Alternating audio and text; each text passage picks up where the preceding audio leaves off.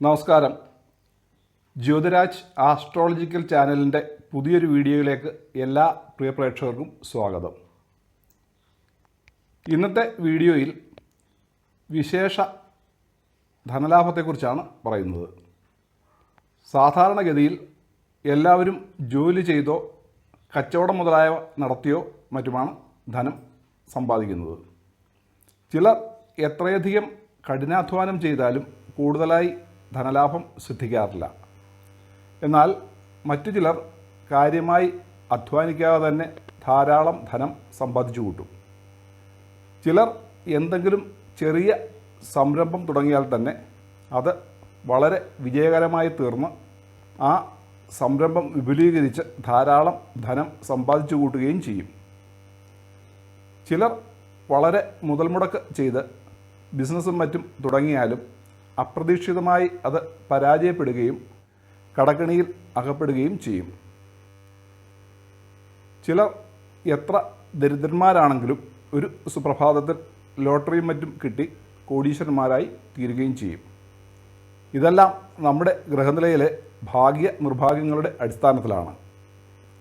ഇന്നത്തെ വീഡിയോയിൽ പറയുന്നത് സ്വന്തം പരിശ്രമത്താൽ അല്ലാതെ തന്നെ മറ്റുള്ളവരിൽ നിന്നും നമുക്ക് ധനലാഭം സിദ്ധിക്കുകയോ അതല്ല എങ്കിൽ മറ്റുള്ളവർ കാരണം നമുക്ക് ജോലിയും മറ്റും കിട്ടി അതിൽ കൂടി ധനലാഭം സിദ്ധിക്കുകയോ ചെയ്യുന്നതിനെക്കുറിച്ചാണ്. ആരിൽ നിന്നും എങ്ങനെ ധനലാഭം ലഭിക്കും എന്ന് നോക്കാം. ധനം എന്ന് പറഞ്ഞാൽ നോട്ടുകെട്ടുകൾ മാത്രമല്ല, വസ്തുവകകൾ, കെട്ടിടങ്ങൾ, സ്വർണം, രത്നങ്ങൾ, വാഹനങ്ങൾ എന്നിങ്ങനെ എന്തുമാകാം. മറ്റു ചിലർക്ക് ഇവയൊന്നും കൂടാതെ ആശ്രിത നിയമനം വഴി ജോലി കിട്ടിയും മറ്റും ധനം സിദ്ധിക്കാം. ഇത് എങ്ങനെയൊക്കെയാണെന്നാണ് ഇനി പറയുവാൻ പോകുന്നത്. ഒന്നാമതായി, നമ്മൾ ജനിച്ച സമയത്ത് നമ്മൾ ജനിച്ച രാശിയുടെയോ അതായത് ലഗ്നത്തിൻ്റെയോ അഥവാ ചന്ദ്രസ്ഥിത രാശിയുടെയോ 10ാം ഭാവത്തിൽ സൂര്യൻ നിൽക്കണം. ജനിച്ച രാശി എന്ന് പറയുന്നത് ജനിച്ച ലഗ്നരാശിയാണ്. ചന്ദ്രസ്ഥിത രാശി എന്ന് പറയുന്നത് നമ്മുടെ ഗ്രഹനിലയിൽ ചന്ദ്രൻ ഏത് രാശിയിലാണോ നിൽക്കുന്നത് ആ രാശി അഥവാ നമ്മുടെ ജന്മക്കൂറാണ്. നമ്മുടെ ജാതകത്തിൽ ലഗ്നത്തേക്കാൾ ബലം ചന്ദ്രനാണെങ്കിൽ ചന്ദ്രനെ കൊണ്ട് വേണം ഈ ഫലങ്ങൾ പ്രധാനമായി ചിന്തിക്കാൻ. ചന്ദ്രനേക്കാൾ ബലം ലഗ്നത്തിനാണെങ്കിൽ ലഗ്നത്തെക്കൊണ്ട് പ്രധാനമായി ചിന്തിക്കണം. ഇനി ലഗ്നാലും ചന്ദ്രാലും 10ാം ഭാവത്തിലായി സൂര്യൻ നിന്നാൽ ഫലം ഏറിയിരിക്കും. ലഗ്നാലും ചന്ദ്രാലും 10ാം ഭാവത്തിൽ സൂര്യൻ നിൽക്കണമെങ്കിൽ നമ്മുടെ ലഗ്നരാശിയിൽ തന്നെ ചന്ദ്രൻ നിൽക്കണം. ഈ നിയമം ഇനി പറയുവാൻ പോകുന്ന എല്ലാ യോഗങ്ങൾക്കും ബാധകമാണ്. അതായത് ഇനി പറയുവാൻ പോകുന്ന യോഗങ്ങളിൽ ലഗ്നത്തിൽ തന്നെ ചന്ദ്രൻ നിൽക്കുകയും ആ രാശിയിൽ നിന്നും 10ാം ഭാവത്തിൽ ചൊവ്വ, ബുധൻ, വ്യാഴം, ശുക്രൻ, ശനി എന്നീ ഗ്രഹങ്ങളിൽ ആരെങ്കിലും നിന്നാലും ഫലം ഏറിയിരിക്കും. കാരണം ലഗ്നാലും ചന്ദ്രാലും ആ ഗ്രഹം 10ാം ഭാവത്തിൽ നിൽക്കുന്നു എന്നുള്ളതുകൊണ്ടാണ്. അങ്ങനെ ഗ്രഹനിലയിൽ ലഗ്നാലോ ചന്ദ്രാലോ 10ാം ഭാവത്തിൽ സൂര്യൻ നിന്നാൽ ആ ജാതകന് പിതാവിൽ നിന്നും ധനലാഭം സിദ്ധിക്കും. ധനമെന്ന് പറഞ്ഞാൽ പിതാവിൻ്റെ ജോലിയിൽ കൂടിയുള്ള ധനം അനുഭവിക്കാനുള്ള യോഗമോ അഥവാ പിതാവിൻ്റെ സ്വത്തുവകകളോ വീടുകളോ നിക്ഷേപങ്ങളോ എന്തുമാകാം. അതല്ല എങ്കിൽ പിതാവിനെ കൊണ്ടുള്ള ആശ്രിത നിയമനം വഴി ജോലി കിട്ടി ധനലാഭം സിദ്ധിക്കാം. 10ാം ഭാവത്തിൽ സൂര്യനോ ഇനി പറയുന്ന ഗ്രഹങ്ങളോ നിന്നാൽ ആശ്രിത നിയമനം മാത്രമല്ല, ജാതകന് സ്വന്തം പരിശ്രമത്താലും നല്ല ജോലി കിട്ടും. ഏതെങ്കിലും കാരണവശാൽ അങ്ങനെ ജോലി കിട്ടിയില്ലെങ്കിൽ 10ാം ഭാവത്തിൽ സൂര്യൻ നിൽക്കുന്നുണ്ടെങ്കിൽ ആശ്രിത നിയമനം വഴിയും ജോലി കിട്ടാം. ഈ വഴിയും പിതാവിനെ കൊണ്ടുള്ള ധനലാഭം സിദ്ധിക്കാം എന്ന് ചുരുക്കം. രണ്ടാമതായി, ലഗ്നാൽ 10ാം ഭാവത്തിൽ ചന്ദ്രൻ നിന്നാൽ മാതാവിൽ നിന്നും ധനലാഭം സിദ്ധിക്കും. ഇവിടെ ലഗ്നാലോ ചന്ദ്രാലോ എന്നുള്ളത് വരുന്നില്ല. കാരണം ചന്ദ്രൻ തന്നെയാണല്ലോ 10ാം ഭാവത്തിൽ നിൽക്കുന്നത്. മാതാവ് ജോലി ചെയ്ത് കിട്ടുന്ന ധനം അനുഭവിക്കാനുള്ള യോഗമോ മാതാവിൽ നിന്ന് കിട്ടുന്ന സ്വത്തുവകകളോ നിക്ഷേപങ്ങളോ എന്തുമാകാം. അതല്ല എങ്കിൽ മാതാവ് വഴിയുള്ള ആശ്രിത നിയമനം വഴിയുള്ള ധനലാഭവും ആകാം. മൂന്നാമതായി ലഗ്നാലോ ചന്ദ്രാലോ 10ാം ഭാവത്തിൽ ചൊവ്വ നിന്നാൽ സഹോദരങ്ങളിൽ നിന്നോ വ്യവഹാരം വഴിയോ, അതായത് വ്യാപാരം, വ്യവസായങ്ങൾ എന്നിവ വഴിയോ ധനലാഭം സിദ്ധിക്കാം. അതല്ല എങ്കിൽ പ്രതിയോഗികളിൽ നിന്നും ധനലാഭം സിദ്ധിക്കാം. അതായത് പന്തയം വഴിയോ മത്സരങ്ങൾ വഴിയോ കോടതി വ്യവഹാരങ്ങൾ വഴിയോ ധനലാഭം സിദ്ധിക്കാം.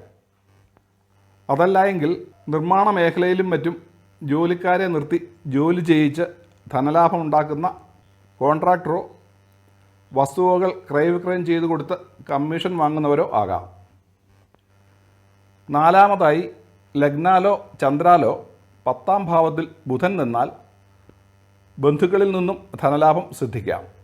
അതായത് അമ്മാവന്മാർ, അമ്മായിയച്ഛൻ, അമ്മായിയമ്മ, അളിയന്മാർ മുതലായവരിൽ നിന്നും ധനലാഭം സിദ്ധിക്കാം. അഞ്ചാമതായി ലഗ്നാലോ ചന്ദ്രാലോ 10ാം ഭാവത്തിൽ വ്യാഴം നിന്നാൽ സന്താനങ്ങളിൽ നിന്നും ധനലാഭം സിദ്ധിക്കും. അതല്ല എങ്കിൽ സഹോദരന്മാരിൽ നിന്നോ സഹോദരിമാരിൽ നിന്നോ ധനലാഭം സിദ്ധിക്കാം. ഇവിടെ പ്രധാനമായും മൂത്ത സഹോദരന്മാരിൽ നിന്നോ സഹോദരിമാരിൽ നിന്നോ ആയിരിക്കും ധനലാഭം കൂടുതലായും കിട്ടുന്നത്. ഇവരിൽ നിന്നും നേരിട്ടുള്ള ധനം ലഭിക്കുകയോ അഥവാ ഇവർ മുഖാന്തരം ജോലി കിട്ടി ധനലാഭം സിദ്ധിക്കുകയോ ആകാം. ആറാമതായി ലഗ്നത്തിൽ നിന്നോ ചന്ദ്രനിൽ നിന്നോ 10ാം ഭാവത്തിൽ ശുക്രൻ നിന്നാൽ ഭാര്യ അഥവാ ഭർത്താവിൽ നിന്നും ധനലാഭം സിദ്ധിക്കും. അതായത് ഭാര്യയോ ഭർത്താവോ ജോലി ചെയ്തോ വ്യാപാര വ്യവസായങ്ങൾ ചെയ്യുക വഴി സിദ്ധിക്കുന്ന ധനലാഭമോ അഥവാ ഭാര്യ അഥവാ ഭർത്താവിൻ്റെ കുടുംബത്തിൽ നിന്നും കിട്ടുന്ന ധനലാഭമോ ആകാം. അതുമല്ല എങ്കിൽ ഭാര്യ അഥവാ ഭർത്താവ് വഴിയുള്ള ആശ്രിത നിയമനം കിട്ടി അതുവഴിയോ ഉള്ള ധനലാഭമോ സിദ്ധിക്കാം. ഏഴാമതായി ലഗ്നാലോ ചന്ദ്രാലോ 10ാം ഭാവത്തിൽ ശനിയാണ് നിൽക്കുന്നതെങ്കിൽ ഭൃത്യന്മാരിൽ നിന്നും ധനലാഭം സിദ്ധിക്കാം. അതായത് കൃഷിയിടങ്ങളിലും കന്നുകാലി ഫാമിലും മറ്റും തൊഴിലാളികളെ നിർത്തി പണി ചെയ്യിച്ച് ധനലാഭം നേടിയെടുക്കാം. അതല്ല എങ്കിൽ തോട്ടങ്ങളും മറ്റും പാട്ടത്തിന് കൊടുത്ത് ആ ഇനത്തിൽ നിന്നും കിട്ടുന്ന ധനലാഭവും ആകാം. ലഗ്നാലോ ചന്ദ്രാലോ 10ാം ഭാവത്തിൽ ശനി നിന്നാൽ വക്കീലന്മാരും മറ്റും ആവുകയും അവർ തങ്ങളുടെ ജൂനിയർ വക്കീലന്മാരെ നിർത്തി വക്കാലത്ത് ചെയ്യിച്ച് ധനസമ്പാദനം ചെയ്യുകയോ ചെയ്യാം. ഇനി ലഗ്നാലും ചന്ദ്രാലും 2 ഭാവങ്ങളിലും ഗൃഹസ്ഥിതി ഉണ്ടെങ്കിൽ ലഗ്നത്തിനാണോ ചന്ദ്രനാണോ ബലം എന്ന് നോക്കി അതിൽ നിന്നും 10ാം ഭാവത്തിൽ നിൽക്കുന്ന ഗ്രഹത്തെ കൊണ്ട് കൂടുതലായുള്ള ധനലാഭം സിദ്ധിക്കും. ബലം കുറവുള്ള ഗ്രഹത്തെ കൊണ്ടുള്ള ധനലാഭവും അപ്രധാനമായി കിട്ടും. അതായത് ചെറിയ രീതിയിൽ അവരെ കൊണ്ടും ധനലാഭം സിദ്ധിക്കാം. ഉദാഹരണമായി മിഥുന ലഗ്നത്തിൻ്റെ 10ാം ഭാവത്തിൽ മീനത്തിൽ ശുക്രൻ ഉച്ചത്തിൽ നിൽക്കുന്നുവെന്നും ചന്ദ്രലഗ്നമായ കന്നിയിൽ നിന്നും 10ാം ഭാവമായ മിഥുനത്തിൽ വ്യാഴം നിൽക്കുന്നുവെന്നും വിചാരിക്കുക. ഇതിൽ 10ാം ഭാവത്തിൽ ഉച്ചത്തിൽ നിൽക്കുന്ന ശുക്രനാണ് ബലവാൻ. അതിനാൽ പ്രധാനമായും ഈ ജാതകന് ഭാര്യ അഥവാ ഭർത്താവിൽ നിന്നോ ഭാര്യ അഥവാ ഭർത്താവിൻ്റെ കുടുംബത്തിൽ നിന്നോ ധനലാഭം സിദ്ധിക്കും. ഇതിനോടൊപ്പം തന്നെ ചന്ദ്രാൽ 10ാം ഭാവത്തിൽ നിൽക്കുന്ന വ്യാഴത്തെ കൊണ്ടും കുറേയൊക്കെ ധനലാഭം സിദ്ധിക്കും. അതായത് വ്യാഴത്തെ കൊണ്ട് പറഞ്ഞിരിക്കുന്ന സഹോദരന്മാരിൽ നിന്നോ സന്താനങ്ങളിൽ നിന്നോ സഹോദരിമാരിൽ നിന്നോ ഉള്ള ധനലാഭം. ഇനി 10ാം ഭാവത്തിൽ 2 ഗ്രഹങ്ങൾ ഒന്നിച്ചു നിന്നാൽ അവരിൽ ബലവാനായ ഗ്രഹത്തെ കൊണ്ടുള്ള ധനലാഭം പ്രധാനമായും സിദ്ധിക്കും. ഉദാഹരണമായി തുലാലഗ്നത്തിൻ്റെ 10ാം ഭാവത്തിൽ കർക്കിടകത്തിൽ ചന്ദ്രനും ബുധനും നിൽക്കുന്നു എന്ന് വിചാരിക്കുക. ഇവിടെ 10ാം ഭാവത്തിൽ ചന്ദ്രൻ സ്വക്ഷേത്ര ബലവാനായത് കാരണം ചന്ദ്രനെ കൊണ്ടുള്ള മാതാവിൽ നിന്നുള്ള ധനലാഭത്തെ പ്രധാനമായി ചിന്തിക്കണം. ബുധനെ കൊണ്ടുള്ള ബന്ധുക്കളിൽ നിന്നുള്ള ധനലാഭം കുറഞ്ഞ തോതിൽ കിട്ടുകയും ചെയ്യും. ഇനി 10ാം ഭാവത്തിൽ ശുഭഗ്രഹവും പാപഗ്രഹവും കൂടി ഒരുമിച്ചാണ് നിൽക്കുന്നതെങ്കിൽ പാപഗ്രഹത്തെക്കുറിച്ച് പ്രധാനമായി ചിന്തിക്കണം. കാരണം പാപഗ്രഹവും ശുഭഗ്രഹവും യോഗം ചെയ്തു നിന്നാൽ പാപഗ്രഹ യോഗത്താൽ ശുഭഗ്രഹത്തിൻ്റെ ശുഭഫലങ്ങൾ കുറയുകയും പാപഗ്രഹത്തിൻ്റെ പാപഫലം കുറഞ്ഞ് ശുഭഫലം വർദ്ധിക്കുകയും ചെയ്യുന്നു. ഇതിനാലാണ് പാപഗ്രഹത്തെ കൊണ്ട് പ്രധാനമായും ചിന്തിക്കണമെന്ന് പറയുന്നത്. ഇനി ശുഭഗ്രഹം ഉച്ചം മുതലായ അവസ്ഥയിലാണ് നിൽക്കുന്നതെങ്കിൽ ശുഭനെ കൊണ്ടുള്ള ഫലങ്ങളും അനുഭവത്തിൽ വരും. മേൽപ്പറഞ്ഞ ഫലങ്ങൾ അവരവരുടെ ഗ്രഹനിലയിൽ 10ാം ഭാവത്തിൽ നിൽക്കുന്ന ഗ്രഹത്തെ കൊണ്ട് സ്വന്തം ജോലിയാൽ കിട്ടുന്ന ഫലങ്ങളെ കൂടാതെയുള്ള ഫലങ്ങളാണ്. ഇവയെല്ലാം ഗ്രഹങ്ങളുടെ കാരക ഫലങ്ങളാണ്. അപ്പോൾ പ്രിയ പ്രേക്ഷകർ അവരവരുടെ ഗ്രഹനിലയിൽ ലഗ്നാലോ ചന്ദ്രാലോ ഗ്രഹങ്ങൾ ആരെങ്കിലും നിൽക്കുന്നുണ്ടോ എന്നും ഉണ്ടെങ്കിൽ അത് ഏത് ഗ്രഹമാണെന്നും ആ ഗ്രഹത്തിനെ കൊണ്ട് കിട്ടാവുന്ന ധനലാഭം ആരിൽ നിന്നുമാണ് കിട്ടുന്നതെന്നും സ്വയം നോക്കുക. ഇന്ന് ഈ വീഡിയോ ഇവിടെ നിർത്തുന്നു. ഈ വീഡിയോ ഇഷ്ടമായാൽ ലൈക്ക് ചെയ്യുമെന്നും മറ്റുള്ളവരുടെ അറിവിലേക്കായി ഷെയർ ചെയ്യുമെന്നും ഈ ചാനൽ ഇനിയും സബ്സ്ക്രൈബ് ചെയ്തിട്ടില്ലാത്ത പ്രേക്ഷകരാണെങ്കിൽ സബ്സ്ക്രൈബ് ചെയ്യുമെന്നും അടുത്ത വീഡിയോയുടെ മുന്നറിയിപ്പ് കിട്ടുന്നതിന് വേണ്ടി ബെല്ലൈക്കൺ അമർത്തുമെന്നും പ്രതീക്ഷിക്കുന്നു. അടുത്ത പുതിയൊരു വീഡിയോയുമായി വരുന്നവരേക്കും എല്ലാവർക്കും ശുഭാശംസകൾ.